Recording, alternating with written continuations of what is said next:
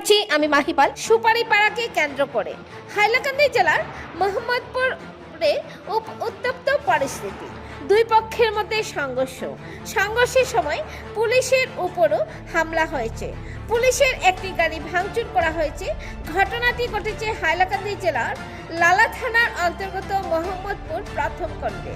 দুই পরিবারের মধ্যে সুপারি গাছের সুপারিপাড়াকে কেন্দ্র করে বিবাদ শুরু হয়।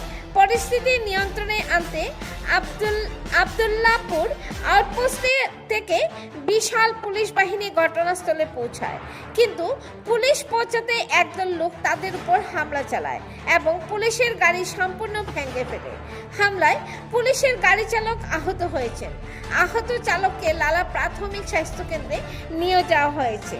বর্তমানে হাইলাকান্দি পুলিশ ওই গ্রাম থেকে 10 জন মহিলা ও 3 জন পুরুষকে আটক করেছে। এখনো পর্যন্ত বিশাল পুলিশ বাহিনী গ্রামে উপস্থিত রয়েছে এবং ঘরে ঘরে তল্লাশি অভিযান চালানো হচ্ছে। নিউজ ডেস্ক রিপোর্ট, হাইলাকান্দি দর্পণ টিভি। ধন্যবাদ।